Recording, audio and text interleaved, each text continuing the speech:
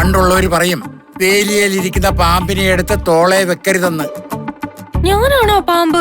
ഷേടാ, ഞാൻ ഇതിനിടയ്ക്ക് വിട്ടുപോയല്ലോ. ലാലിച്ചനോട് കോംപ്രമൈസ് ഇല്ല. ലാലിച്ച ഞാൻ വിചാരിച്ച ആളൊന്നും അല്ല. ഞാൻ എന്ത് തെറ്റ് ചെയ്തിട്ടാ? എപ്പോഴും കുറ്റം പറച്ചില്ല. ഈ മട്ടിലാണ് അയാൾ പെരുമാറുന്നതെങ്കിൽ ഇനി അങ്ങോട്ട് ഞങ്ങൾ തമ്മിൽ സ്ഥിരം അടിയായിരിക്കും. ഇങ്ങനെയാണ് നിന്റെ സ്വഭാവമെങ്കിൽ നീ എങ്ങനെ ഇവിടെ കണ്ടിന്യൂ ചെയ്യും?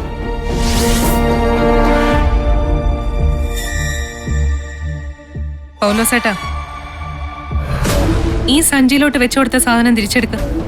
എനിക്ക് സൗകര്യപ്പെടുത്തില്ല കുഞ്ഞെ. അതെടുത്ത് വെച്ചിട്ട് മാത്രം പൗലോസേട്ടൻ ഈ വീട്ടിലെ ജോലികൾ ചെയ്താൽ മതി. രണ്ടുപേരും ഒത്തുകൂടി എന്നോട് മത്സരിക്കുകയാണോ?